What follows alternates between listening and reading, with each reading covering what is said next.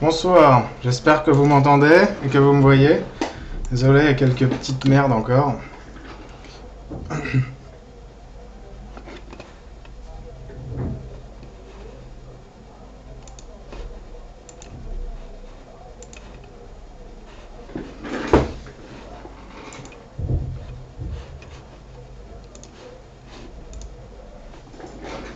Vous me voyez là ou pas?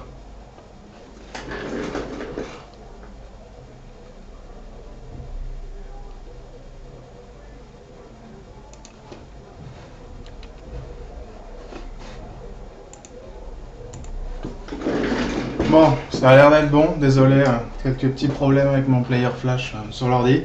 Bon bah bienvenue dans la taverne du nain, c'est Fabien. Si vous m'entendez pas bien, me voyez pas bien, vous me le dites, je vais essayer de consulter le chat de temps en temps. Donc voilà, je vous propose d'attaquer dans le vif du sujet tout de suite. Donc ici c'est... Ouais, il y a des bouteilles un peu partout, j'avoue. Bon, on va commencer par faire un petit tour donc des installations que j'ai sous les mains. Ouais, Jean-Luc, c'est bon, j'ai démarré l'enregistrement. Voilà, ce qu'il y a, c'est que j'ai pas trop d'écran de retour, donc je vois pas trop ce que je filme. Voilà, donc ici, donc le seau avec donc la bière, donc c'est une IPA en fait que j'ai brassée très exactement le 15 octobre. Et donc ce soir, c'est grand soir, donc un bon gros mois après, donc c'est embouteillage. Donc moi je fais des cuvées de 22 litres environ, de manière à ce qu'il reste 22, 21 litres, voire des fois même un peu plus si jamais j'ai eu de la chance sur les transferts. Voilà. Donc j'ai lavé pour gagner du temps les bouteilles dans le Chemi-Pro là tout à l'heure, en rentrant du boulot. J'ai désinfecté mon seau, donc voilà, je propose d'attaquer directement par le transfert de cuve. Ah oui, si j'oubliais une chose, dans ce brassin-là, il y a un sac de dry hopping. Donc pour la recette, c'est vrai que je l'ai peut-être pas mis en ligne, je sais plus, on a peut-être pas parlé. Bah écoute, on va faire ça à l'ancienne. J'espère que vous allez voir. Ok, je vais essayer de pas trop bouger. Bon, en gros, c'est du Pils, du Pale, un peu de Cara Cristal, du Vienna, un peu tout ce qui traîne sous la main. J'aime bien mettre plein de malt, j'avoue. Ouais, on voit pas la recette, je la mettrai en ligne, ce sera plus simple, Nathan. Donc, sinon, en gros, au blonnage, c'est Centennial, Simcoe et Cascade. Donc, les houblons, ouais, j'en ai parlé tout à l'heure sur le chat. En gros, c'est des houblons que j'avais eu via un Américain qui était sur Paris, qui devait rentrer aux États-Unis et qui n'a pas pu trimballer en fait tout ce qui était vivant et organique dans le container. Donc il a revendu un peu ses ingrédients, matières premières en stress quoi. Donc je suis passé par là. Voilà. Bon bah allez, c'est parti. On va aller attaquer le vif du sujet. Donc voilà, ça c'est la cuve avec la bière actuelle. Donc première étape, je sais pas si vous allez le voir, je vais essayer d'emmener la caméra. Je sais pas si vous arrivez à voir, mais dedans il y a une chaussette de dry hop qui surnage. J'ai eu un petit problème de lest, j'expliquerai après, vous verrez en désossant le sac pourquoi, du comment. Voilà, donc on va procéder au transfert. Fond musical, je veux bien, le problème c'est que en fait j'ai que mon PC pour la musique et j'ai peur que ça fasse de l'écho dans... dans les haut-parleurs en fait si je mets de la zik. Donc je ferai des tests peut-être pour samedi. J'essaierai de trouver un fond en musique. Et c'est clair, ça sent grave bon. Je te dis là, je suis à 2 mètres du seau là et il y a l'odeur du houblon qui vient jusqu'à là, c'est génial. Le Simcoe, j'en suis fan. Chanter, je vais vous épargner ça. Il y en a peut-être qui ont vu. Moi, je suis plus sur la partie rythmique que sur la partie mélodique de la musique. Voilà, donc je laisse ça à d'autres. Donc, pour procéder, donc j'ai mon seau à 30 litres, hein, c'est le même. Hop, je mets ça en dessous. En général, ce que je commence par faire, c'est prélever un échantillon pour la densité, hein, et puis en même temps aussi pour goûter, parce qu'après tout, on est là aussi pour se faire plaisir. Voilà, donc c'est pas la peine de remplir l'éprouvette à fond, puisque le densimètre il en prend une partie. Voilà, donc je sais pas si vous voyez bien, n'hésitez pas. Voilà, donc à la caméra c'est peut-être pas très flagrant. Au niveau limpidité, c'est pas trop mal, c'est pas pire comme disent les Canadiens. Donc voilà, on va peser ça après. Donc bah voilà, surtout pour éviter l'oxydation, grand sujet en général sur le forum, j'utilise un petit bout de tuyau. Au passage, merci Alex, c'est ton tuyau que tu m'avais filé au Brassam belge l'an dernier. Tu vois, il est bien pratique. Voilà. Donc bah, il n'y a qu'à ensuite ouvrir le robinet et tout se passe bien. Voilà, donc pendant que ça transfère, moi je vais pouvoir un peu revenir vers le chat.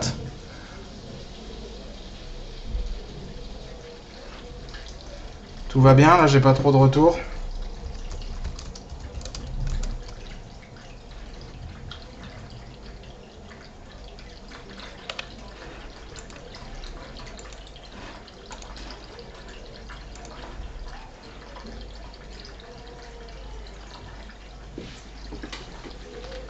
C'est nickel? Ok, bon bah impec. Bon, moi aussi je vais faire mon petit reportage. Bon bah c'est cool alors Pascal, si tu vois bien. Voilà, moi aussi je fais des photos. Parce qu'après tout, ça fuit. Non, ne me fais pas flipper comme ça Gaëtan. Tu sais qu'une fois ça m'est arrivé de pas bien fermer le robinet, ouais. Toujours ici là, bien faire gaffe. Parce que bah, il arrive vite des conneries, surtout quand on est distrait comme ça avec une caméra. Donc bah, je vais essayer de pas faire de conneries. Sinon bah, ce sera de votre faute. Je suis désolé.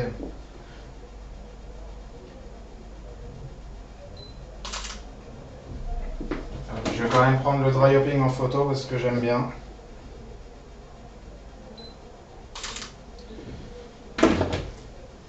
Ah, ça sent bon le houblon, hein.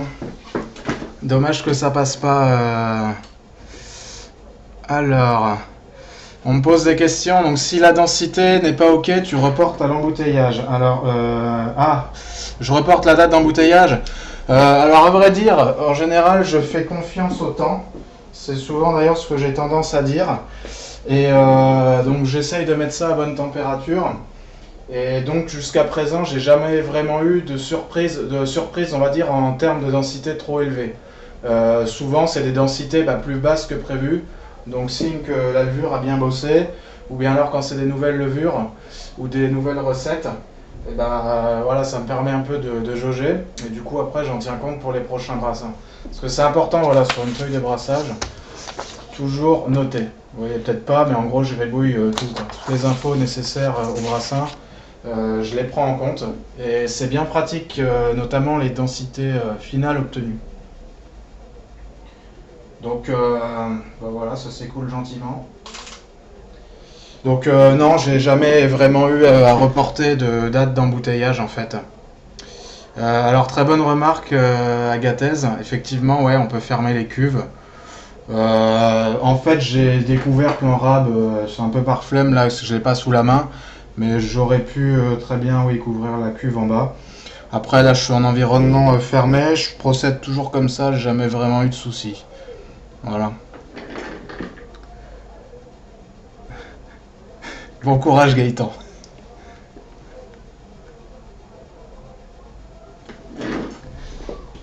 Voilà, bah ça coule nickel. Tout gentiment, c'est propre. Là, j'ai même pas eu besoin d'utiliser la passoire. Je verrai peut-être pour le fond de cuve. Si jamais c'est pas bon, c'est pas trop mal. Au niveau éprouvette, ça a l'air pas pire.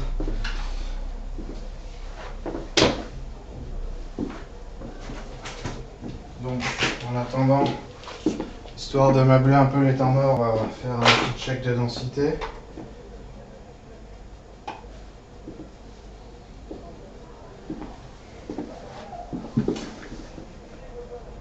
Ah, alors, mon souci de l'Est, en fait, j'avais foutu je crois dans celui-là, des pièces de plomberie en inox ou en Alors je sais plus quoi, je pensais que c'était assez lourd et en fait bah non.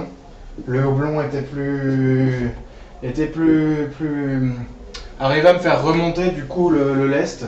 Donc du coup le sac de dry hopping qui est fait aux cascades, il est pas vraiment très efficace. Voilà, donc à première vue là, j'arrive à 1010 intensité finale et d'après la feuille avec Bear Smith c'est 1012. Donc voilà. En général, j'ai eu ce genre de résultat avec la levure US05.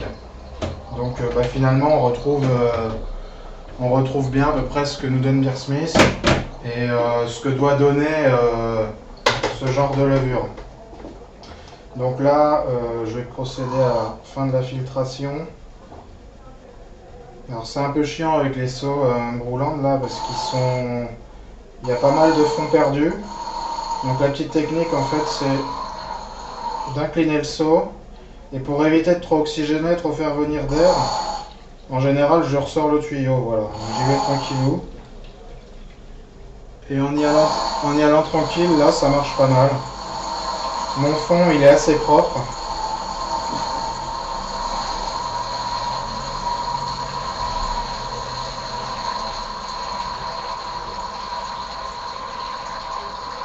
Je suis étonné, le fond de cuve est d'ailleurs très propre.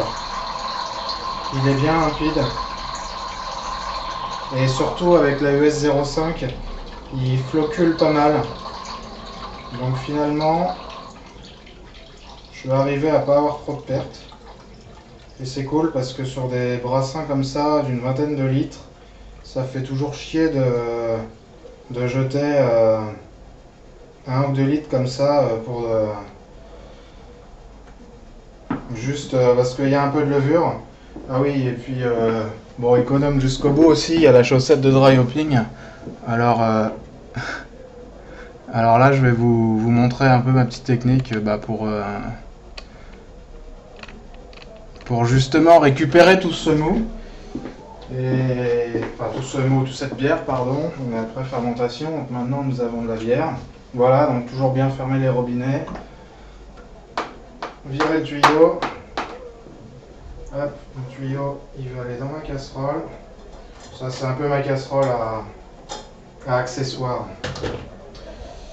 Voilà, non, en fait, c'est pas ça que je veux faire, c'est ça. Voilà. Donc ça, c'est mon seau. Donc il doit pas y avoir... il doit pas y avoir beaucoup de pertes. On est à 20,5 litres à peu près. Et maintenant, c'est là qu'on va récupérer du coup un peu de jus en fait dans la chaussette de dry hop.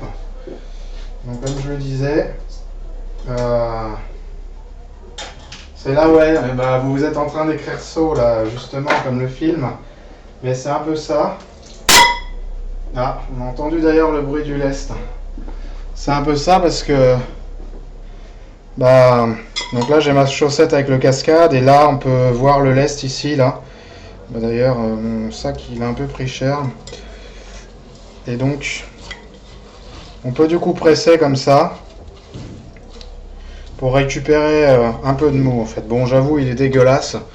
Là je le fais pour l'explication mais je vais pas le mettre dans la cuve je pense. Mais en gros voilà, si c'est possible d'en récupérer un peu.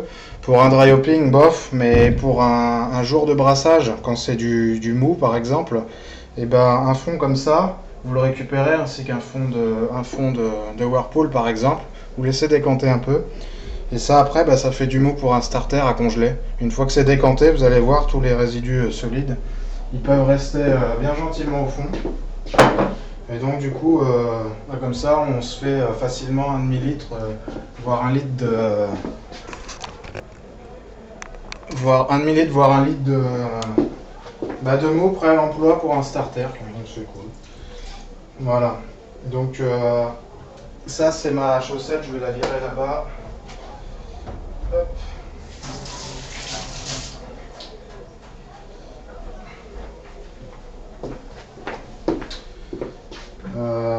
Le fond de cuve. le fond de cuve, bah, j'en suis venu pas mal à bout en fait. Vous voyez peut-être.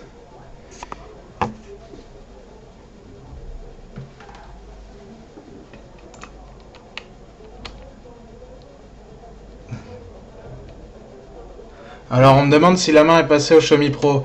Mais en fait là l'échantillon je le récupère pas, mais de toute façon je l'aurais fait bouillir en fait. Pas la main, l'échantillon. Vu que j'ai mon sirop de sucre à préparer en fait. Bon là je le prends pas, mais bah voilà, si ça avait été un mou par exemple, le mou je l'aurais laissé décanter et réutiliser ensuite bah, congelé, et pour un starter, on s'en fout un peu qu'il y ait un peu de dépôt quoi. C'est pas gênant.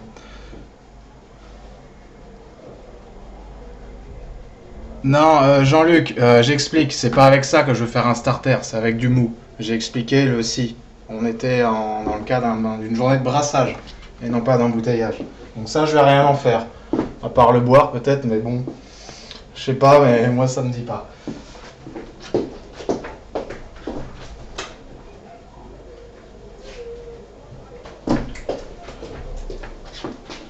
Bon, j'avais anticipé un peu le truc, donc du coup j'ai une vingtaine de litres. J'avais tablé 21, mais du coup je suis plus aux alentours des 20. Enfin, bref. Donc j'avais pesé le sucre, donc bah, du vulgaire sucre de table, hein, sucre blanc. Donc là j'ai pris un peu des précautions avec la US05, je sais que ça a tendance à des fois bien mousser, elle bosse bien cette levure. Donc du coup j'ai fait du 6 grammes par litre. C'est déjà pas mal pour ce genre de bière. Voilà, donc le sirop de sucre, eh ben, il va aller dans la casserole et je vais ajouter un peu d'eau, je vais aller mettre ça à bouillir sur le feu. Pendant ce temps-là, on va s'occuper un peu plus sérieusement de l'échantillon de densité. Et que d'ailleurs, je vais aussi rajouter dans ma casserole en fait. Comme ça, bah, ça retournera là-dedans en fait. Et ce sera bouilli.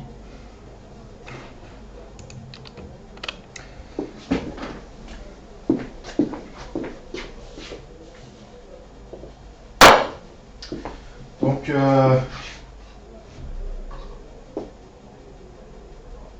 la densité, ça n'a pas bougé. On est toujours à 1010 tout rond. Hein, c'est une dédicace pour Gaëtan qui souvent remettait en cause mes mesures de densité dans ma galerie de photos. Voilà, donc là, il n'y a pas d'ambiguïté, la DF, elle est bien à 1010. Je te chambre, hein, Gaëtan, bien sûr, il n'y a pas de souci.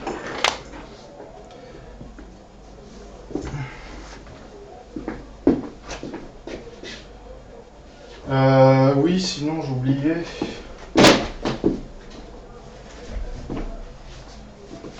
On peut également faire une super mesure avec cet outil-là, puisque Beersmith nous permet, via la densité initiale, de connaître, du coup, de connaître le delta d'alcool en fait. Donc, bah, vu que c'est une ou deux gouttes, ça mange pas de pain. Je vais prendre une mesure et puis m'en occuper aussi. Voilà, donc le réfracto, ça coûte pas très cher. Finalement, c'est quand même bien pratique. Ça coûte 20-30 euros sur eBay, voire même plus, entre 15 et 20, je sais plus trop. Et via une petite goutte, et ben, ça permet d'avoir des estimations en général bien pratiques et qui permettent de conforter les mesures faites au densimètre. C'est toujours bon la vidéo, tout ça, n'hésitez pas à me faire des retours si c'est pas bien cadré, si on n'entend pas bien, parce que je me focalise pas trop dessus en fait.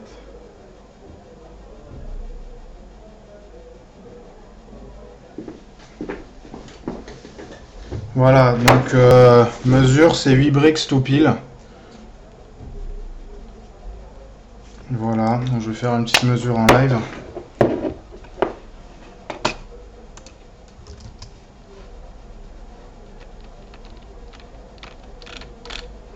Ah oui, en fait, pardon, c'était ma session de chat qui était expirée, donc j'ai pas trop vu les commentaires en live.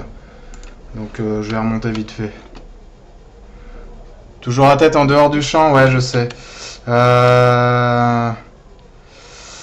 Je sais, mais là, c'est que je suis vraiment trop près du truc. J'ai privilégié la zone.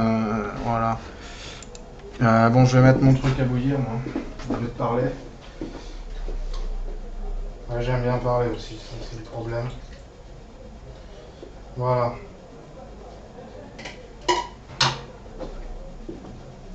Donc bah là, j'ai mon sucre et mon mou en fait. Je vois pas du tout l'écran de retour, ça me stresse. Voilà. Du coup, bah ça, je vais le faire bouillir. Et ensuite, on va l'ajouter dans la cuve.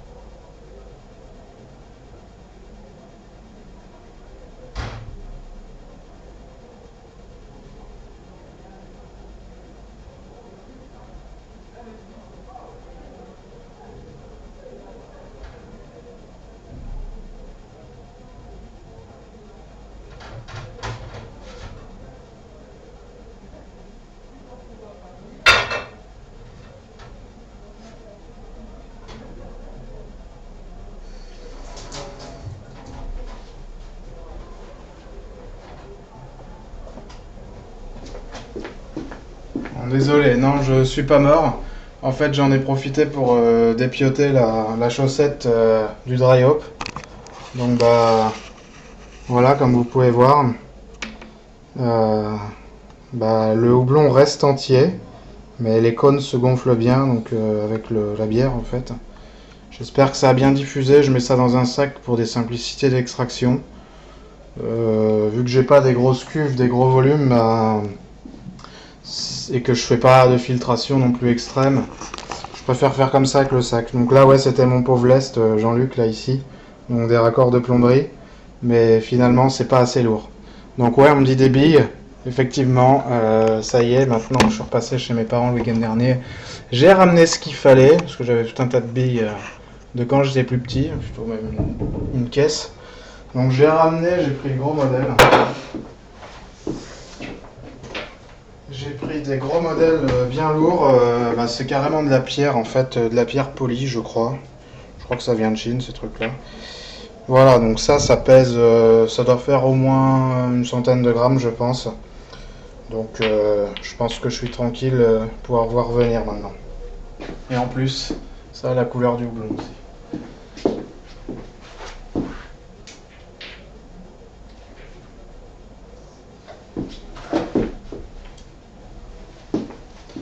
Voilà, donc bah, là c'est sur le feu, hein.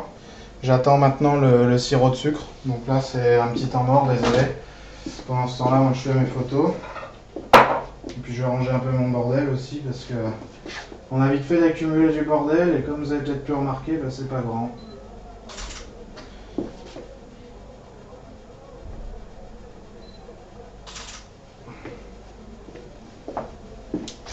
Alors je vais retourner vers le chat pendant ce temps-là histoire d'être un peu avec tout le monde. Ouais, des bons gros boulets, ouais voilà, ouais. C'est ça. Disons que si on pouvait récupérer le paquet de boulets qui nous entoure, il y aurait de quoi faire beaucoup de lest.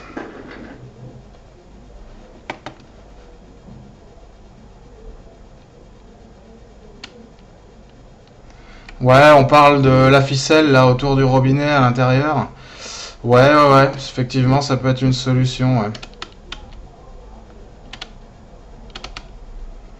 Non, les boulets ils viennent pas du Japon, non.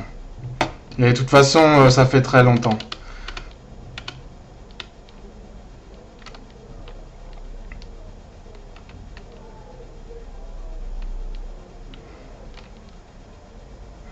Alors il y a Learn qui dit que c'est propre chez moi. Ouais, ça va. Visuellement, on va dire. Mais bon, j'ai aussi un peu nettoyé en prévision du brassin samedi.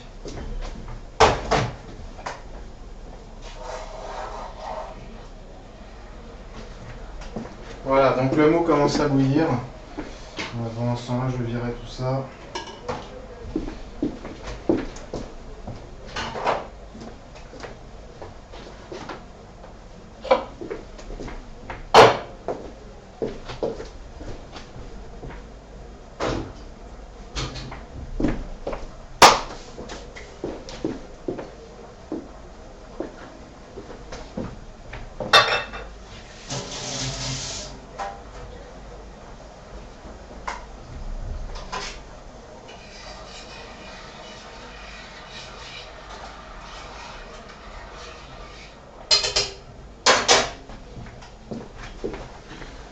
Voilà, donc je suis allé checker l'ébullition, c'est toujours en cours.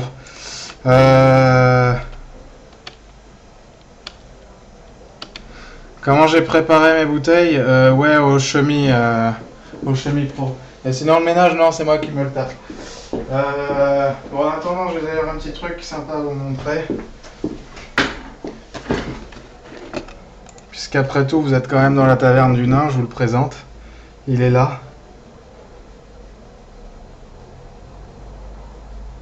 Donc là, il est à Seattle.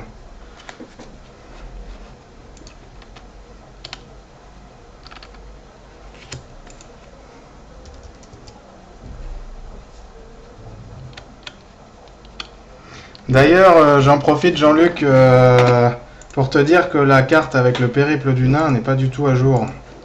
Et que ça va être très marrant de la mettre à jour. Là, c'est à Seattle, c'est une carte postale que j'ai reçue d'amis qui sont là-bas en ce moment et qui m'ont envoyé ça. Ouais, non, il voyage pas vraiment, enfin pas le vrai en tout cas. Il aimerait bien. Voilà, sinon il y a l'autre modèle aussi, il est là. Lui, ça fait un bout de temps, il est sauvé des eaux. Celui-là, je l'ai même repeint. Il était un peu tout pérave, en train de crever dans un jardin, et c'est quelqu'un qui me l'a du coup offert. Un peu comme Alex et Cathy d'ailleurs, que je remercie toujours pour leurs offrandes nénistiques chaque année.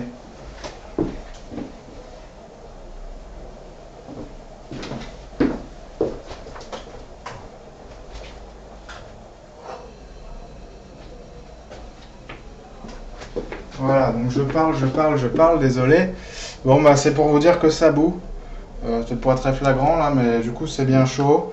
Ça bout bien. On va peut-être me dire, ouais, t'es fou, tu balances ça direct dans le mou. Bah, je suis toujours comme ça, mais comparé à 20 litres de bière, bah, c'est rien quoi. Donc voilà, en général, ce que je fais, je verse du coup doucement. Et je mélange un petit peu, parce que le but c'est de pas trop oxygéner non plus quoi. Il ne faut pas y aller comme un bourrin, c'est juste histoire d'homogénéiser. Voilà. Donc là, c'est bien en plus, la bière n'a pas l'air d'être trop mousseuse. J'ai déjà eu des cas où des fois on mettait 2-3 coups de fourquet comme ça et on se retrouvait avec pas mal de mousse. Et des fois aussi c'est chiant d'ailleurs quand on embouteille, quand il y a trop de mousse. Mais là c'est nickel, ça sent bon le houblon en plus, donc pour l'instant je suis content. Voilà, bon, je vais revenir un petit coup vers le chat là. Alors, il y en a qui veulent faire tourner le nain en Europe, bah ouais c'est une bonne idée, c'est le but à la base. Bon, bah écoutez, voilà, donc bah maintenant, là c'est le poste d'embouteillage.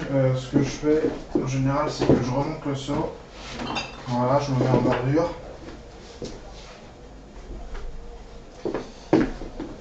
Le petit robinet, je m'embête pas, je fais ça direct en sortie de robinet. Histoire d'éviter d'en foutre partout. La petite bassine. Et puis bah c'est parti. J'avoue que j'aurais bien recruté un peu de monde là pour assister. Malheureusement Passepartout il est pas là. En République tchèque. Ah. Écoute. Bon bah ça a l'air d'être pas trop mal cadré comme ça.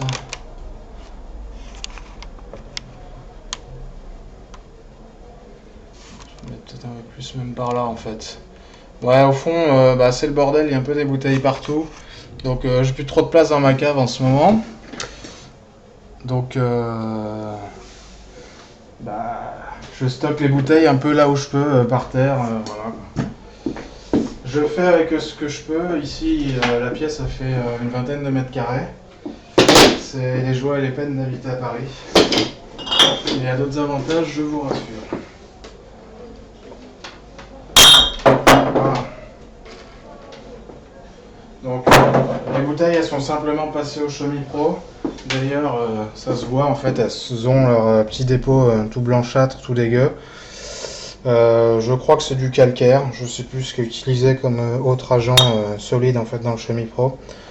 Enfin bref, ça a jamais tué personne et ça se nettoie bien au chiffon après. Ça fait partie des étapes chiantes post-embouteillage. Voilà, donc sur un brassin d'une vingtaine de litres, je fais environ une douzaine de champenoises et une dizaine de Fischer, et puis le reste après je fais quand même des petites bouteilles et du demi-litre.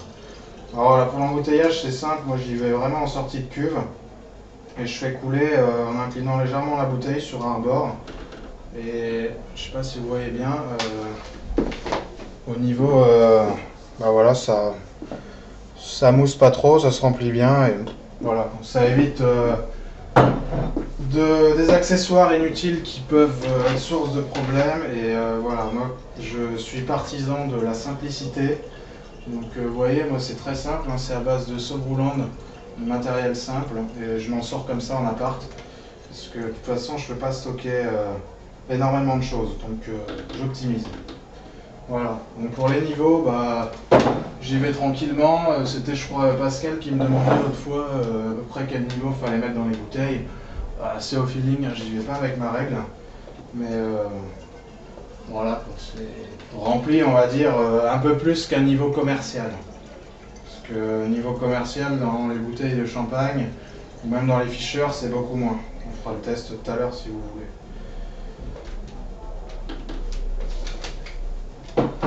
Voilà, donc bah, finalement ça va assez vite. Le plus long dans l'étape d'embouteillage, ce qui prend le plus de temps, c'est de laver les bouteilles dans la salle de bain, donc dans les seaux remplis d'eau et de Chemi Pro.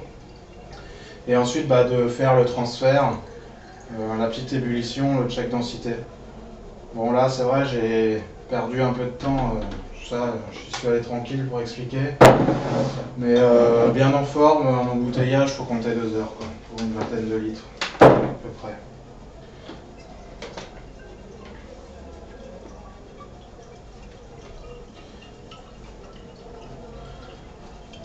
Voilà. Bon, j'espère que vous ne faites pas trop chier. J'essaye de meubler un peu les vides. Je sais que c'est pas très palpitant de voir quelqu'un embouteillé, mais bon. Je me suis proposé, c'était aussi une manière de faire un test de la Brassam TV. Et puis bah ouais, voilà. De partager aussi, vu que c'est le but de ce forum. Voilà, on a peut-être toujours par-ci par-là, on voit des petites techniques chez les uns, chez les autres, et en se disant tiens, je pourrais appliquer, donc voilà. N'hésitez pas, si vous avez des choses à me proposer pour améliorer mon process, je suis à l'écoute. Voilà, donc ce que je fais en général, je fais un lot de 6-8 bouteilles, et puis bah, je procède ensuite à l'encapsulation.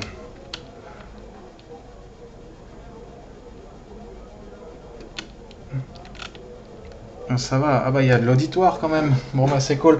Bonsoir à tous ceux qui nous rejoignent en fait. Hein. Voilà, donc au niveau des niveaux c'est pifomètre mais c'est pas mal. Donc j'ai un lot de capsules de couleurs. Donc aujourd'hui c'est argent qui a été tiré au sort. Voilà. J'aime bien ces capsules là. Je trouve que c'est sympa. Ah oui, et puis on exclut aussi, vu que Je les ai là sous la main. Ça c'est l'étiquette du coup de cette bière. Je vais essayer de bien la mettre. Voilà. Donc les étiquettes, c'est pas moi qui les dessine. Moi, je suis une burne en dessin. J'aimerais bien savoir dessiner. Donc c'est un pote qui me les fait et puis après bah, moi je les retape pour la mise en page, puis les petites annotations. Et ça c'est collé avec du lait. Donc je voulais vous faire une démo ce soir mais en fait je me suis aperçu que je n'avais pas de lait. Plus de lait, donc bah ce sera pour une autre fois. Donc voilà, donc ce que je fais en général, je mets les capsules sans les capsuler en fait sur les bouteilles là en attente. Et puis quand j'aurai fini ma douzaine de champenoises, je vais procéder à un premier embouteillage, l'embouteillage du premier lot. Voilà, donc les capsules je ne m'emmerde pas, je les sors du sachet, je les mets sur les bouteilles. Il y en a certains qui les mettent dans un bain de semi-pro. Bah, si vous voulez, perso j'ai toujours fait comme ça, j'ai pas eu de soucis. Donc je reste avec mes méthodes. Je vais essayer de remonter la webcam pendant ce temps-là. Voilà. Donc au niveau des niveaux, bon c'est un peu aléatoire. Je me fais gorer sur celle-là. Bon, on va dire que c'est les aléas du remplissage, ça fait aussi un peu petit côté artisanal.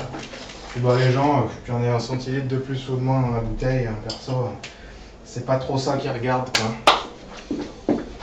Par contre, quand on a une approche, on va dire, brasseur pro ou micro-brasserie, ça a son petit effet quand tous les niveaux sont bien alignés dans un rayonnage. Voilà, c'est ce que m'avaient expliqué certains micro-brasseurs. Et d'ailleurs, ouais, c'est ça, parce que les gens en fait dans les magasins sur les rayonnages, bah, ils vont au plus rempli en fait. Voilà, c'est con, c'est un petit réflexe, on va dire, pour certains. Voilà, donc c'est reparti pour un deuxième lot. C'est vrai que ça manque un peu de musique là. Je peux essayer, mais je pense que le retour du son, en fait, ça va faire un écho avec moi. J'avais fait des tests en activant les enceintes avant la session, là, et c'était bof. Donc je préfère vous épargner ça, et comme ça, vous avez le bruit du bar en dessous en même temps. Oui, parce que j'habite au-dessus d'un bar.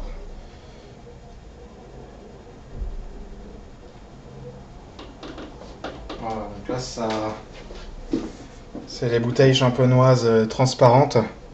Donc celle-là, bah, ces bouteilles, c'est pas le top au niveau de la lumière, mais comme je les stocke en cave, il n'y a pas de souci.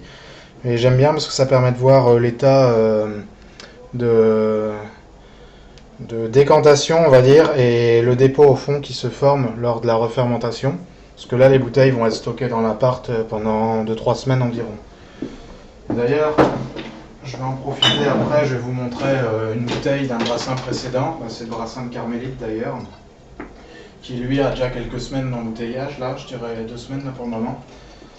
2 semaines et demie, et qui s'est déjà bien clarifié en fait. Donc d'ailleurs ça fait l'office d'un grand débat en ce moment sur la couleur. C'est pour ça que je dis que c'est un peu dur d'apprécier la couleur d'une bière, parce qu'effectivement là si on la regarde là, on va dire bah elle est encore trouble, donc la couleur va paraître plus foncée que si on la regarde dans ne serait-ce qu'une semaine déjà. Donc voilà, c'est pour ça les critères d'appréciation de couleur, surtout quand c'est une bière en fermentation, pour moi c'est un peu c'est pas représentatif de l'échantillon final.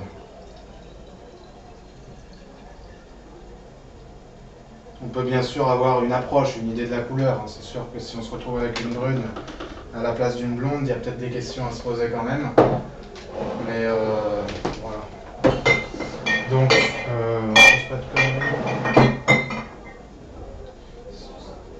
donc là j'ai 10 bouteilles pour le moment. Ce que j'aime bien faire aussi, c'est des bouteilles mécaniques. Voilà. Pratique, ça évite les capsules, mais c'est toujours le côté un peu sympa. Alors, je me reconnecte sur le chat. Oui, c'est ça, Jean-Luc, c'est exactement ça. C'est ma bouteille témoin, en fait, la transparente. En général, j'en fais une ou deux par brassin selon les, selon ce que j'ai sous la main, quoi, en champenoise transparente. J'ai une famille qui collabore bien avec moi et qui me garde bien les bouteilles. Mais j'ai des soucis à me faire parce que j'ai une tante qui vient de se lancer au brassage depuis pas très longtemps. Et donc je pense qu'on va se bagarrer maintenant pour les bouteilles lors des repas en famille. Mais bon, j'en ai suffisamment qui traînent entre l'appart et la cave. Et là j'aurais du mal à en stocker plus pour le moment.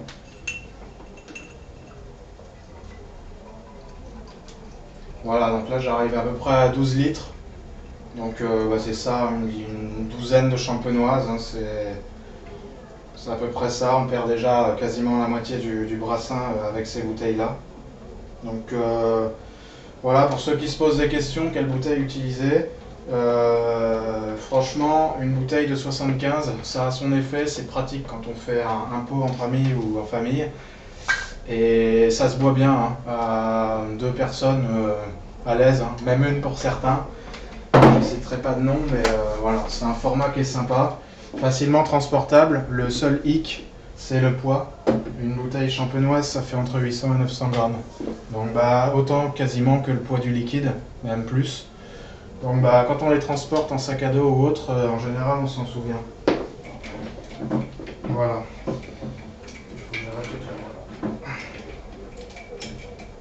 Donc les mécaniques, ça se ferme, c'est fini. Jusqu'à là, j'apprends rien. Et pour les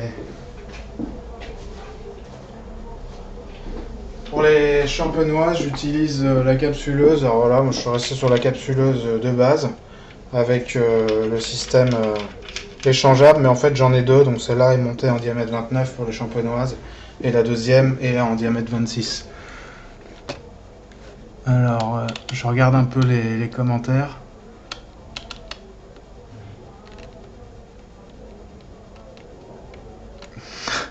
Alors certains se descendent les 75 tout seul, ouais.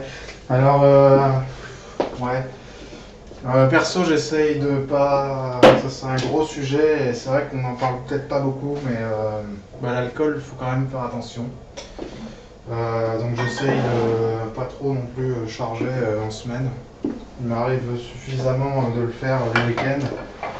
Et voilà, donc autant lier quand même le plaisir, garder que ça reste un plaisir et donc la gaffe avec la conso.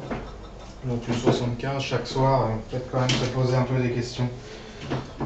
Voilà, donc sinon au niveau du capsulage, voilà, ça tient bien la route. Et ça suffit largement quoi, pour mon usage.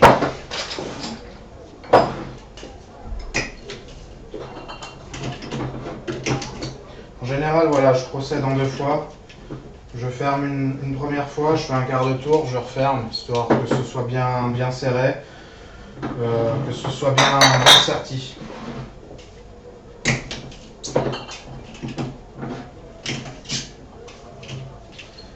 Alors là, il y en a qui posaient une question concernant la carbonatation. Je sucre tout le brassin avec la même dose, donc là c'était à 6 grammes par litre, donc je me retrouve avec la même dose de sucre, que ce soit dans les grandes bouteilles ou les petites bouteilles. Au niveau des différences, c'est pas non plus flagrant, mais apparemment oui, il en existerait. Et expliquer la raison, c'est sujet à débat aussi d'ailleurs, un débat qui pourrait être intéressant de lancer. Et si quelqu'un arrive à vraiment le justifier de manière scientifique, ce serait bien. Pourquoi un grand contenant a besoin de moins de sucre qu'un petit contenant pour la carbonatation? Voilà, sujet à ouvrir. Bon, les bouteilles, je les mets par terre sur le côté en attendant. Ça libère un peu de place.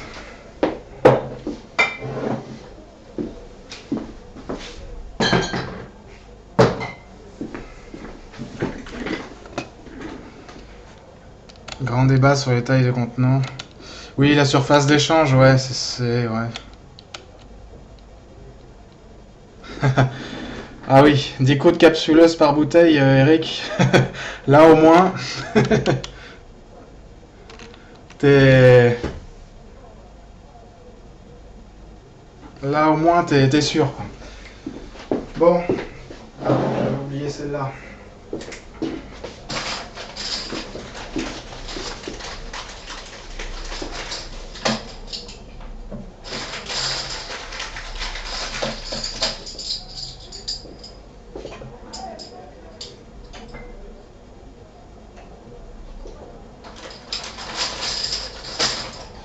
Bon, pour les champenoises, donc j'en fais une... j'en ai combien? J'en ai 8. J'en ai 12 pour l'instant, je verrai après si j'en refais ou pas. Ce sera en fonction de ce que j'arrive à faire comme bouteille. J'aime bien faire un peu tous les formats. Le 75 centilitres est pas mal pour boire donc à plusieurs. Les Fischer aussi. La Fischer a l'avantage d'être farmable, avantage qui en fait n'est pas vraiment utile pour un amateur de bière. En général, la bouteille ne fait pas long feu. Voilà.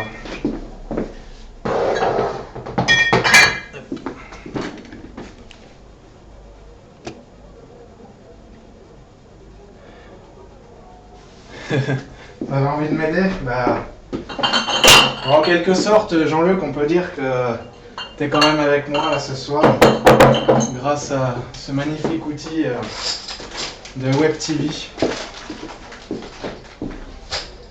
Voilà, donc je vais attaquer les Fischer. La Fischer, j'en ai une sacrée collection maintenant. Je sais pas combien, j'aurais plus d'une centaine de bouteilles. Et bah, il y en a que je réutilise, ça fait au moins 3 ou 4 fois maintenant que je les réutilise. J'ai pas vu plus que ça de signes de faiblesse sur le verre. Bon, après, j'essaye de pas les exploser non plus, d'éviter de les laisser trimballer. Et surtout, le petit truc pour faciliter le nettoyage, c'est toujours les rincer après avoir bu le contenu. Mettre un petit coup de flotte dedans pour virer le dépôt et tous les restes de bière. Et franchement, ça c'est du temps économisé après pour nettoyer les bouteilles. Parce que, oui, là, ce que vous n'avez pas vu ce soir, mais que j'ai anticipé les autres soirs de la semaine, c'est donc la collecte des bouteilles.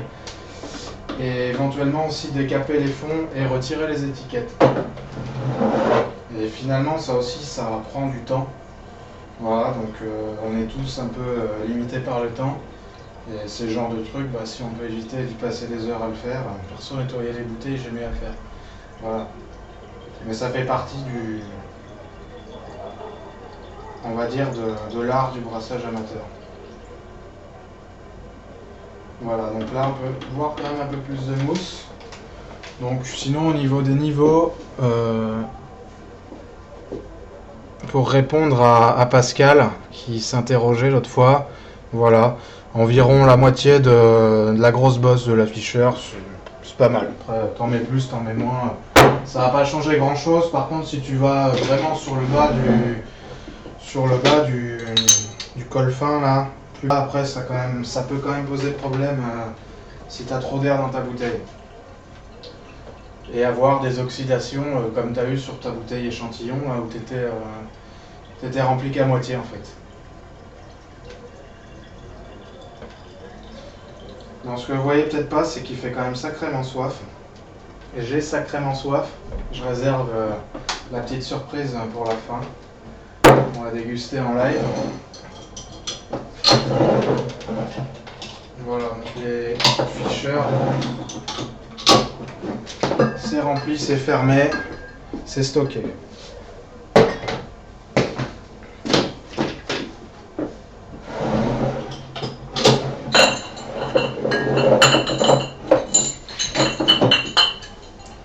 J'enlève toujours les dernières gouttes qui restent dedans. Les bouteilles ne sont pas rincées, donc elles sont trempées dans le chemis. Et voilà, donc il en reste dedans.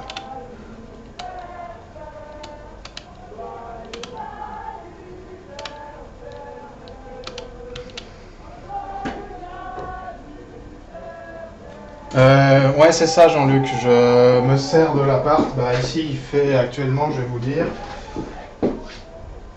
fait 23 degrés, mon chauffage n'est pas allumé, c'est les voisins qui chauffent pour moi. Mais on a un chauffage collectif, donc je veille aussi pour eux. Voilà, et il n'y a pour l'instant pas besoin d'allumer le chauffage. Il fait encore une bonne dizaine de degrés la journée dehors. Avec du double vitrage, c'est impec.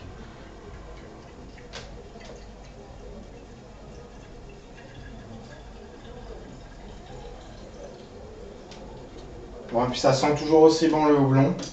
Donc pour ceux qui nous rejoignent, c'est une IPA que je mets en bouteille. Donc IPA au houblon Centennial, donc Simcoe et du Cascade en dry hopping. Voilà, donc le dry hopping, tiens d'ailleurs, c'est. Moi je le fais pendant une vingtaine de jours à peu près. Je le mets lors du passage primaire-secondaire et je le retire que le jour de l'embouteillage.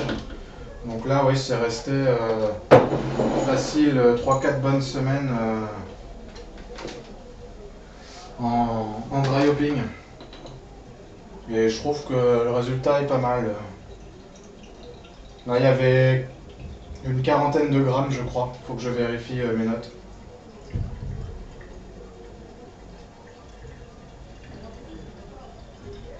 Donc au fur et à mesure qu'on se rapproche du fond du seau, le débit du robinet il diminue un peu. Pour un embouteillage, c'est pas trop gênant au final.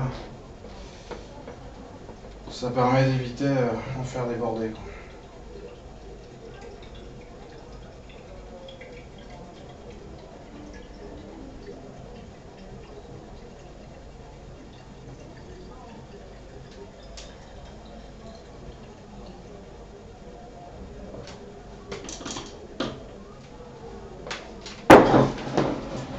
Voilà.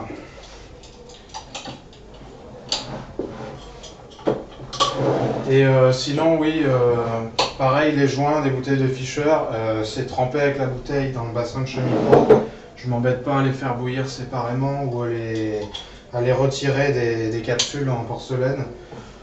D'ailleurs, pour la plupart des nouvelles bouteilles de Fischer maintenant, même toutes, elles sont collées. Les capsules sont. Le joint est collé à la capsule de céramique, donc on ne peut pas les retirer. Mais voilà, si on prend bien soin de ces bouteilles, il n'y a aucune raison que le caoutchouc se dégrade. Il y a des bouteilles, ça fait maintenant depuis le début que je brasse, que je les utilise. J'ai jamais changé les joints, mais j'ai pas eu de problème. Voilà, donc ça c'est mes deux dernières Fischer pour le moment.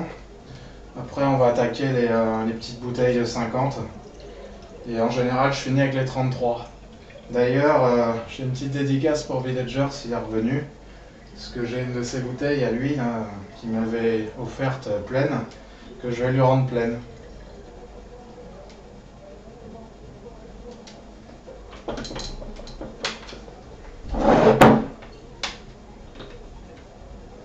Ah, ça sent le houblon, là, je vais me prendre un shot. Là. Ah, ça va mieux. Je suis en ma période houblon en ce moment. C'est vrai que en ce moment j'apprécie bien les bières bien houblonnées.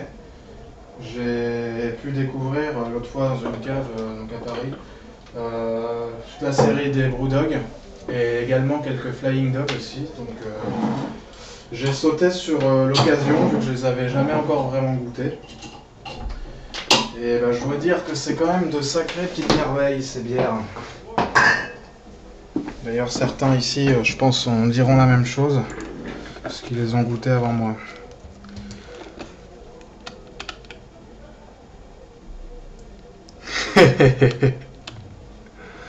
Ouais, la bouteille de Villager, ouais. Non, mais rassurez-vous, il n'y aura pas que Villager qui aura l'honneur de la goûter. Ceux qui viennent au Brassam, je vais tenter aussi d'en ramener.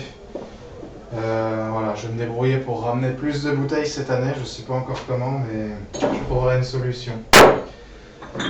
Mon problème, c'est j'ai pas de véhicule en fait. Donc, faut trimballer tout ce poids-là rempli.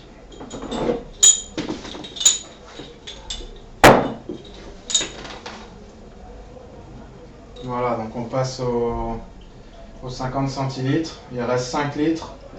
J'en fais 4, donc il va rester 3 litres ensuite pour les 33, donc on pourra faire 6-7 bouteilles. Je vais voir, je vais peut-être faire un demi-litre de moins du coup. Je vais voir en fonction de mon stock de 33. Ce que je fais, voilà, je lave toujours des bouteilles en plus au cas où. Hein. Je sais à peu près sur un brassin de 20 litres combien faire de bouteilles de chaque type. Donc c'est pour ça là, que je ne me pose pas trop la question. Je remplis, mais en fait, je savais d'avance à peu près ce que j'aurais comme bouteille. Voilà, donc ça c'est une vieille bouteille, c'est la brasserie Fischer qui faisait ça. C'est la de Relaye, donc la bière, bon elle était pas top, hein, c'était un truc monté au sucre. Mais la bouteille est sympa en fait. Et c'est aussi du verre transparent, donc voilà, ça laisse transparaître la couleur de la bière.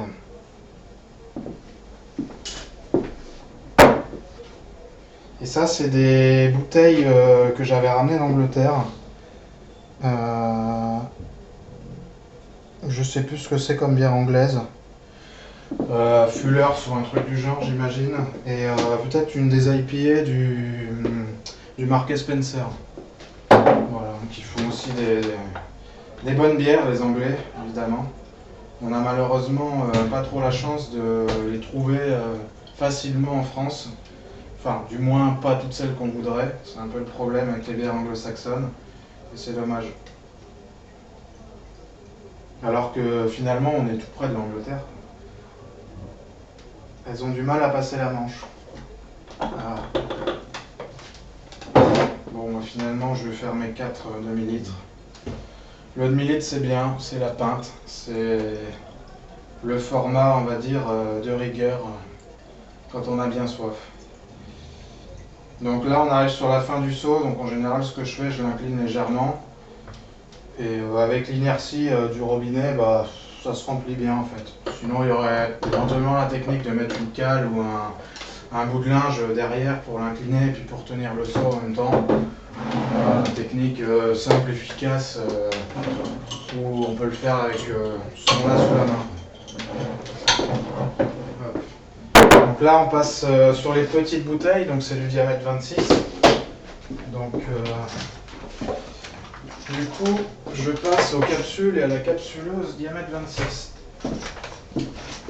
Voilà, donc toujours en capsule argent et capsuleuse diamètre 26, donc c'est le modèle de base Emily. Le truc tout serti, là, tout horrible. Qu'au début, tu as l'impression que tu vas l'éclater quand tu fermes les deux pattes là. Et finalement, bah, ça tient la route. Et surtout, ça prend pas de place.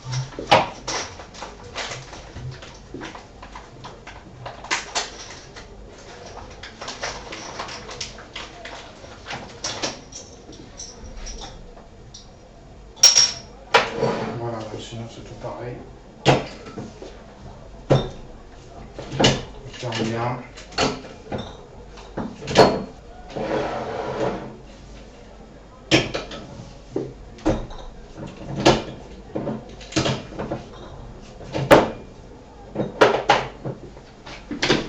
Et voilà, on a deux IPA qui sont des IPA made in France maintenant, made in Paris. Et houblonné avec du houblon américain. Elle est belle la mondialisation.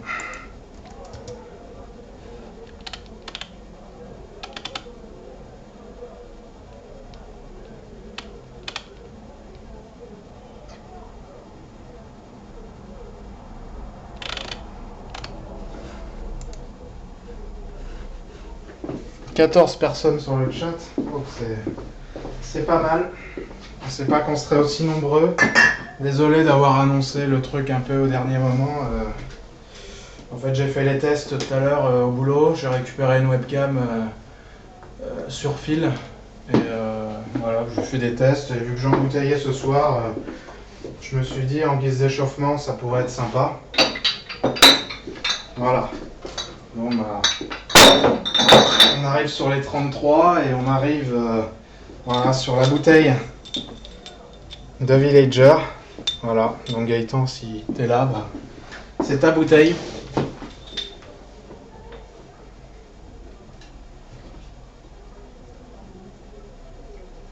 Je mettrai une petite collerette dessus, histoire de dire que c'est ta bouteille réservée. Qu'elle disparaisse pas dans le gosier d'un assoiffé. Et j'espère qu'on ne la volera pas. Voilà. Gaëtan, c'est ta bouteille.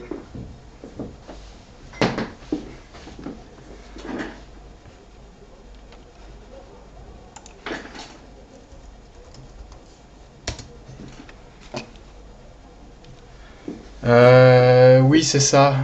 Boadicea. Je sais plus. Non, c'était une stout, je crois. Il y avait deux stouts, la sweet et la un peu plus forte. Je sais plus les noms. Je t'avais fait les retours de dégustation sur le forum, mais là j'ai plus les noms en tête. Voilà, donc là je fais encore une ou deux mécaniques belges.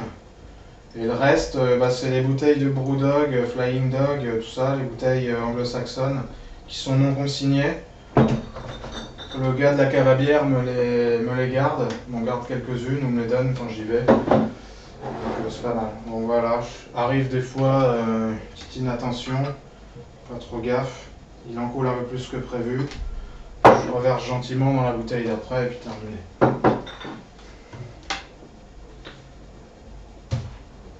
C'est vrai que la fin c'est un peu galère, mais bon, c'est pour ça que je finis avec les petites bouteilles, c'est moins lourd et je peux un peu plus gérer la chose.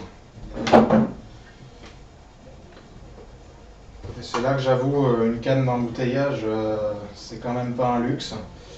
Je vais voir, peut-être que je prendrai la petite canne avec arrêt automatique qu'on peut mettre sur un robinet comme ça. Il faudrait que je vois comment ça marche. Je trouve que ça a un côté pratique de pouvoir à la rigueur stopper le flux juste avec une pression. Comme ça on peut vraiment se concentrer sur le niveau au lieu d'avoir à refermer le robinet. Après voilà, comme je le disais, c'est simplicité. Donc je reste sur des méthodes simples pour le moment. Je peux faire que des brassins de 20 litres puisque je chauffe sur électrique. Et que le jour où j'aurai la place et la possibilité de faire des volumes plus grands, ça va péter.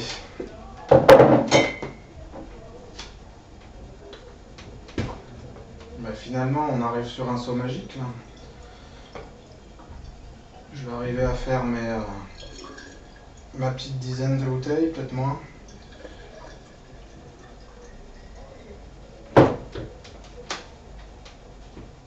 J'espère que c'est pas trop chiant pour vous, au fait.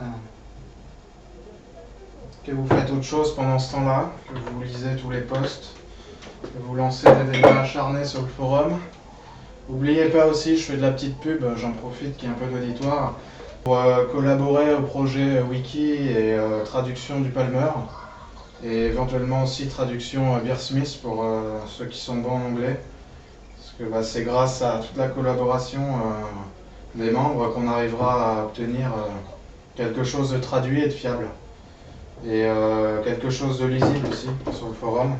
Voilà, si on pouvait faire des petits articles wiki sur des choses de base, ce serait top. Évidemment, tout ça, ça prend du temps et ça demande de l'implication. Je suis entièrement d'accord. Voilà, c'est pas mal. Il me reste deux petites bouteilles là. Vu le volume qui reste dans la cuve, je dirais qu'on peut encore en faire facile une. Et la dernière, c'est toujours un peu le coup de poker sur la fin, si on arrive pile bien ou pas. Le reste, c'est la part des anges, on va dire, ou la part du brasseur.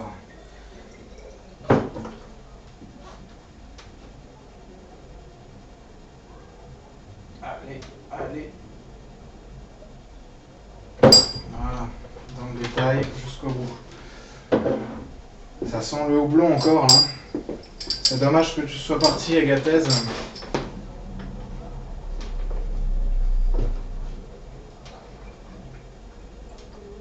Donc pour ceux qui étaient là au Brassam l'année dernière, j'avais cette bière, en version 1, mais c'était à peu près les mêmes houblons, sans le Centennial. C'était je crois que du Simcoe et du Cascade.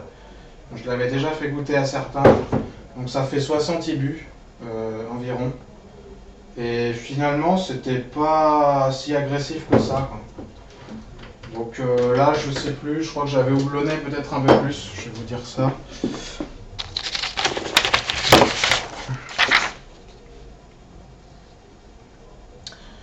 Donc la bière, elle fait 63 IBU à peu près là. Alors, je fais un petit tour sur le chat. Oui, voilà, Belle Bouche, c'est exactement ce que tu décris, l'outil là, avec la petite canne d'embouteillage. C'est ça, oui, que je voudrais rajouter là-dessus. J'avoue, j'ai pas trop regardé comment ça marchait, mais j'ai compris le principe. Et ouais, je crois que prochaine commande, en fait, c'est que j'ai oublié sur la dernière commande de la prendre, mais ça fait partie de ma liste de souhaits depuis quelques temps déjà. Bon, bah. Il reste peut-être de quoi faire une bouteille. Alors ici en fait c'est ce qu'on appelle une demi-bouteille, ça fait 37,5 centilitres, c'est de la capsule 29, c'est les demi-bouteilles de champagne en fait, on arrive à les trouver des fois, et c'est un format qui est un peu hors du commun. Je crois qu'il y a certaines gueuses et lambics qui sont embouteillés dans ce type de bouteille là. Voilà, donc là ce que je vais faire, je vais vider mon seau là-dedans. Et au pire, je vais en reverser une petite 33 là-dedans pour essayer d'en gaspiller le moins possible. Bon, là ça devient vraiment la fin. En général, à la fin, j'y vais à l'entonnoir.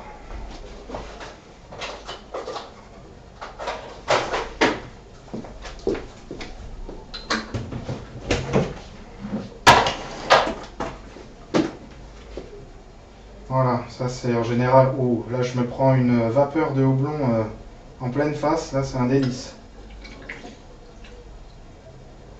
Ça a l'odeur d'ailleurs des bières américaines, genre, enfin, dans l'esprit américain, genre les Brewdog, qui ne sont pas américaines, qui sont écossaises d'ailleurs. Et on retrouve un peu ces effluves là en fait. Donc on est sur des houblons US d'ailleurs, sur ces bières là. Donc bah, comme quoi. Simcoe, Cascade, Centennial font aussi partie justement des cocktails de Brewdog. Ce qu'ils utilisent jusqu'à 4 houblons différents pour la hardcore et la punk IPA.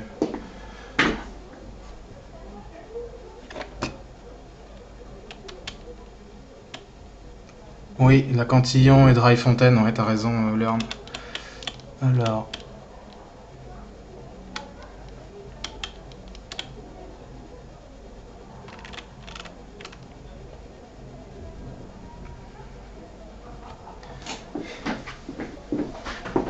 Et il reste un petit fond, celui-là, bah, il va être pour la surprise.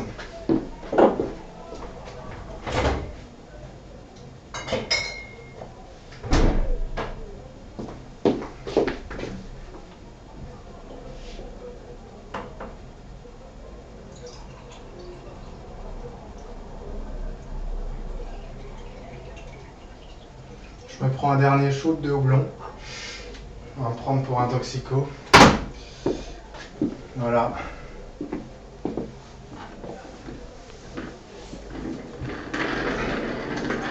Celui-là, il est à la santé de vous tous qui m'avez suivi. Donc c'est pour tester un peu, voir déjà ce que ça donne. Et notre surprise après, un peu plus tard.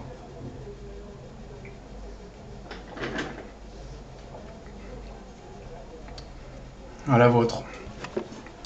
Donc là, on retrouve typiquement le goût d'une bière trop jeune. Bah, jeune quoi, donc elle est râpeuse. Et sur les côtés, là, on a l'impression de boire de la craie ou un truc vraiment astringent, genre un sachet de thé 80 infusé, un truc comme ça. Et sinon, au niveau de l'amertume, c'est présent, mais c'est pas dérangeant en fait. Et finalement, là, j'espérais quand même quelque chose d'un peu plus amer. Donc, faut voir comment ça évolue. Sinon, au niveau du corps, déjà, c'est un peu rond. Ça me plaît. Et ouais, faut voir comment ça évolue maintenant. On retrouve les arômes un peu agrumes, notamment le pamplemousse, que j'ai beaucoup décelé sur ce Simcoe là. et le côté résineux du cascade. Voilà, donc je sais pas si vous voyez la couleur. C'est trouble, hein, c'est sûr, mais bon. On refera, je mettrai une photo du résultat sur le forum. Et sinon, j'ai d'ailleurs quelque chose à montrer à Pascoul, s'il est encore là. Ouais, il est en ligne.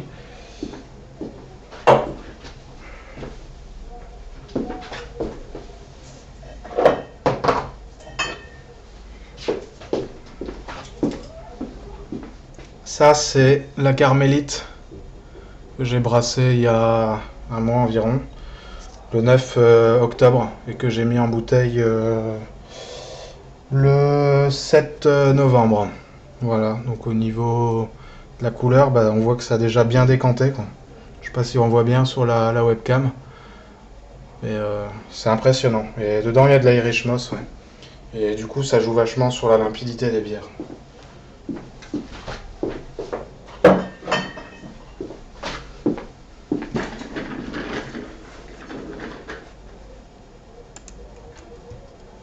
Et d'ailleurs, puisque Belle Bouche est là, je tiens à le féliciter en ligne pour la qualité de ses reportages, de ses photos et de ses couleurs de bière qu'il obtient au moment de la filtration. Je trouve ça impressionnant, la recirculation à la pompe, là, la limpidité des bières à ce moment-là.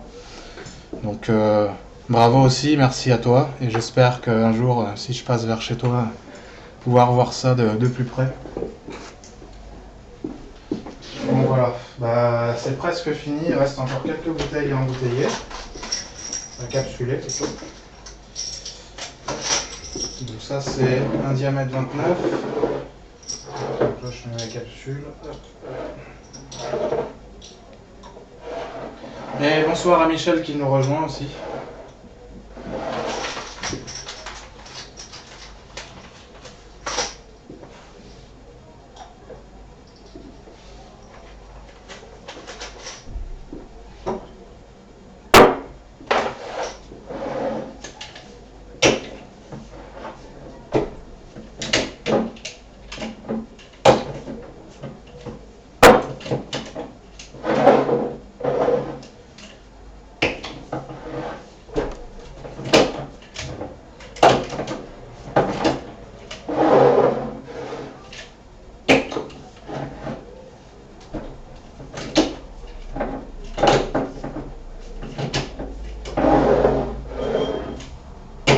C'est un peu du travail à la chaîne j'avoue, mais bon, c'est les dernières.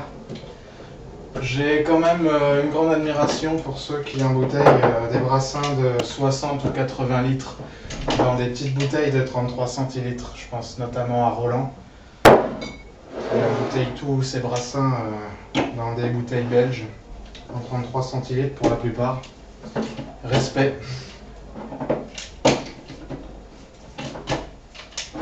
Ça demande malheureusement une activité à temps plein.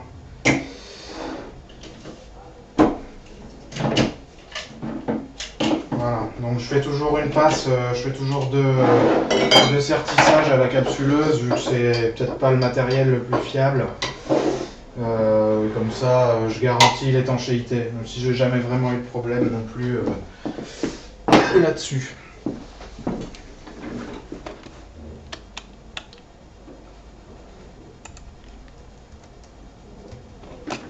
Alors sinon, je vais en profiter pour expliquer un peu comment je fais fermenter. Donc ça fermente ici en appart, les fermentations primaires elles se déroulent dans la salle de bain là-bas derrière. Pendant une bonne semaine à peu près, donc à température d'appart. Donc là il fait 22-23 degrés, sans chauffage. C'est les voisins, merci. Et ensuite, après la secondaire, je laisse encore une bonne semaine, voire deux au chaud. Et ensuite, je descends une ou 2 semaines, voire plutôt 2 semaines même, à la cave, donc qui est au premier étage en fait, qui n'est pas en sous-sol. Moi, je suis au premier étage. La cave est au rez-de-chaussée, pardon. Et qui est en ce moment à une quinzaine de degrés. Donc là, je vais pouvoir attaquer bientôt les pils, là d'ailleurs. Et ça va faire l'objet justement du brassin de samedi. Donc un clone de Pilsner Urquell. Voilà. En fermentation basse, avec levure sèche S23. Donc oui, peut-être que certains se demandent. Je travaille beaucoup avec les sèches, j'aime bien le boulot des levures sèches et il y a aussi une raison, elle est technique, c'est que j'ai pas un gros frigo. Donc je ne peux pas facilement stocker les levures liquides et je fais en général une ou deux commandes d'ingrédients et de matos par an. Donc je vais pas envahir mon frigo de paquets de levure liquide. J'ai pas non plus le matos ni la place pour cultiver de manière correcte les levures. Donc pour l'instant je reste sur les sèches. Mais ça fera partie de travaux dans le futur quand j'aurai plus de place.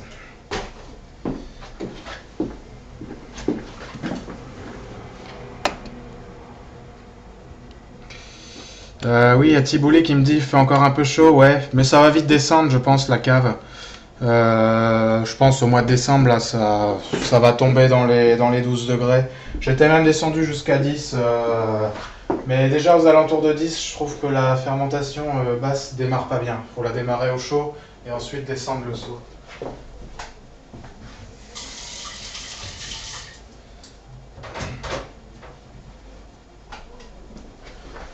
Bon, bah, c'est presque la fin. Voilà.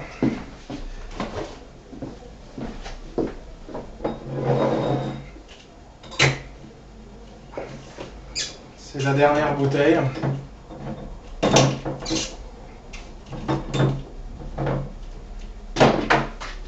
La 37,5. Voilà. Et donc ça c'est la... Après passage en cave en bière, depuis tant qu'on en parle.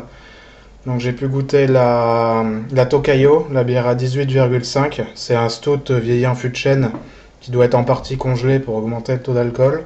La Hardcore IPA, la 5am Scent que j'ai bu lundi soir. Et là donc ce soir la Punk IPA que je redécouvre. En fait j'avais déjà bu quelques gorgées lors du brassage.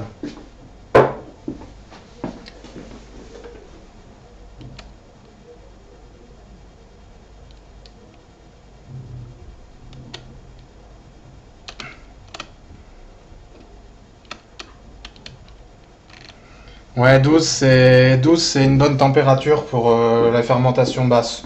Là, si on regarde sur le sachet de S23, il recommande entre 10 et 15 degrés, je crois. Quelque chose comme ça. Après, il y en a qui ont déjà fait des tests de fermentation à température plus élevée. Euh, c'est possible. On peut faire fermenter la S23 à haute température. Ça peut développer des faux goûts après sur des bières fortes en alcool, mais sur de la bière légère, je pense de la Pils. Ce serait à tester. Mais je pense qu'il y a moyen d'arriver quand même à un résultat potable.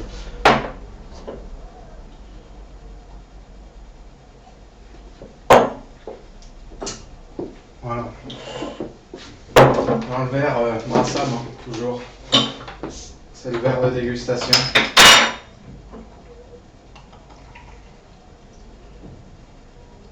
Voilà, Jean-Luc, ça aurait pu te faire un générique, ça.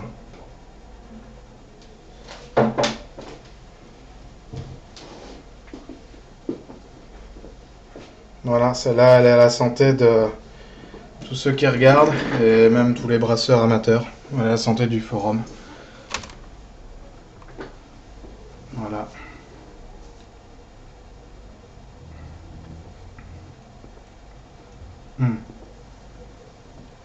Alors on n'est pas vraiment sur les mêmes notes que la mienne. Là c'est quelque chose de beaucoup plus résineux et citronné en fait que, que ce que j'ai avec le Centennial et le Simcoe. Mais sinon on reste dans des taux d'IBU assez corsés. Je sais pas combien ça peut être ça, je dirais entre 40 et 50 peut-être.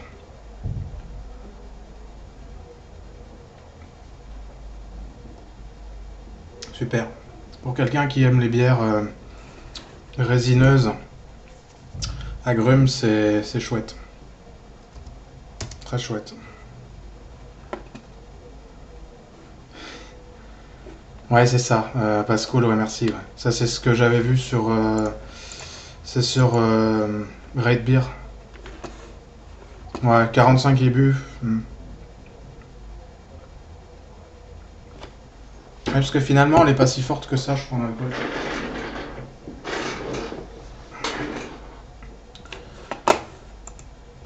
Elle fait 5,6.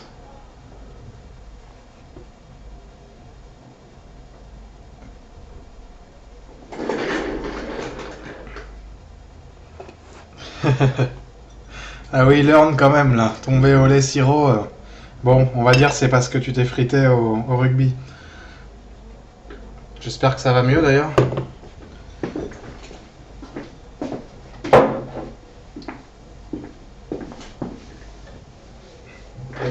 Bon bah voilà, j'espère que ça vous a plu et que ça n'a pas été trop long. Ça fera l'objet, je pense, d'un montage après, on verra. Et bah, sinon, bah, je vous donne rendez-vous du coup samedi normalement, si tout va bien. Donc j'entame le brassin de Pilsner Urquell vers 10h30 à peu près. Voilà, donc je pense notamment aux exilés en République tchèque, de Sladek. Voilà, ça sera en l'honneur de ton pays.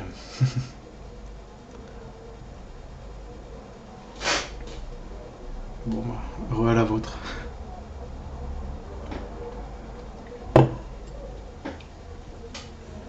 Et j'espère que ça donnera envie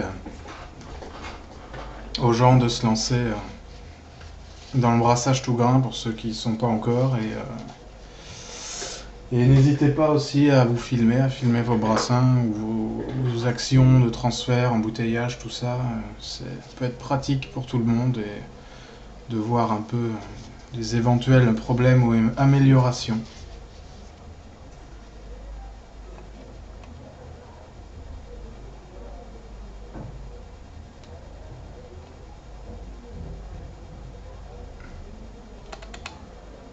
Je suis en train de regarder le chat en ce moment.